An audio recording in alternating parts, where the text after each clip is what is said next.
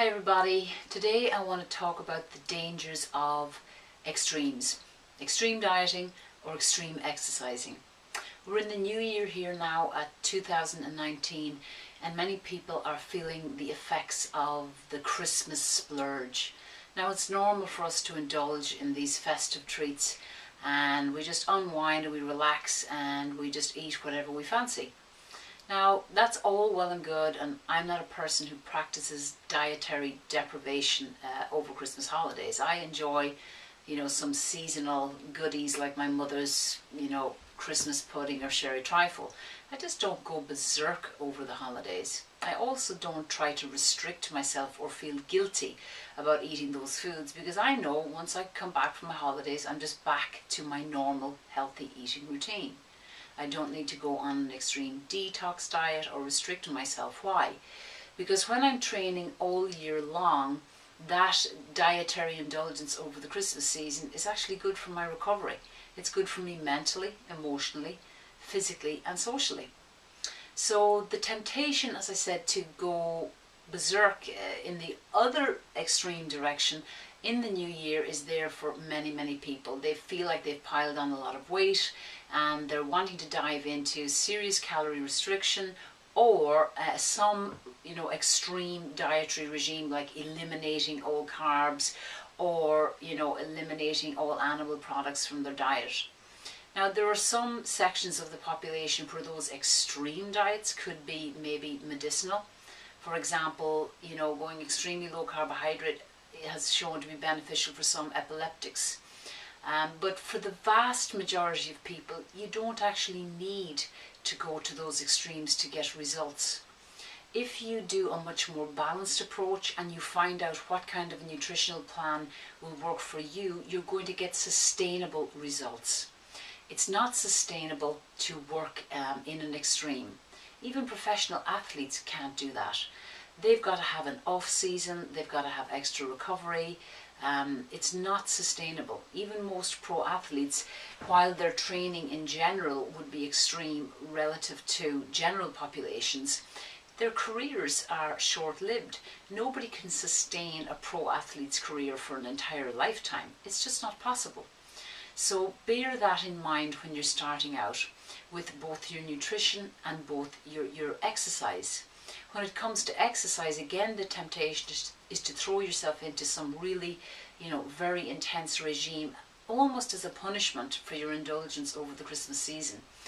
This is going to backfire also in the long run. Your risk of injury is extremely high, and you've also got to look at how your body is capable of coping with that stress hormonally, how your nervous system is able to cope with that stress, and how your immune system is able to cope with that stress. I once had a friend who had piled on a lot of weight over several years, and she signed up for this boot camp intense training, and a few weeks later she ended up with glandular fever. Now, was that an accident? Was it just, a coincidence? Personally, I don't think so. When you're highly stressed, when you're carrying a lot of weight, the bottom line is your organism is highly stressed. So putting high stress on top of high stress is going to create a breakdown somewhere. Either the body biomechanically breaks down and you get injury, or your hormonal system or your immune system or your nervous system breaks down. You want to look for the long-term project. It's not sexy. It's very straightforward. You find out what works for you nutritionally, maybe get some guidance on it, and you just work a steady basic plan. Same with exercise. Find out where you're at. If you can't stabilize yourself in some basic positions, then God help you when you start loading up those positions or you start doing them really fast. You're going to break down. So slow and steady wins the race in the long term. If you're unsure where to start, get advice from a coach who has many years of experience and will give you the guidance and the education that you require. The extremes are never healthy in the long run. Behind every extreme attempt to get lean, there's extreme pain. There's something underneath that really needs to be addressed first. It's usually deep mental and emotional pain that the person is trying to expunge by basically beating themselves up. So for most people, an amazing starting point would be to work on their mental and emotional fitness before they even think about their nutrition and their exercise. Now, of course, one can do these things in tandem, but if you really dig deep, that's at the root cause of the discomfort. It's not actually how the body is looking and performing. In many cases, there's something deeper, and most people never go there. So if you look at a person that's extremely overweight, or a person that's extremely ripped to shreds and very orthorexic about their eating, they are hiding a lot of pain. Now, it's subconscious and deeply unconscious in most people, but that's the thing that needs to be addressed. So find ways of addressing that deep mental and emotional pain, and then you'll find yourself less likely to go to an extreme approach, which is just horsewhipping yourself and creating more suffering on top of the pain that's already there.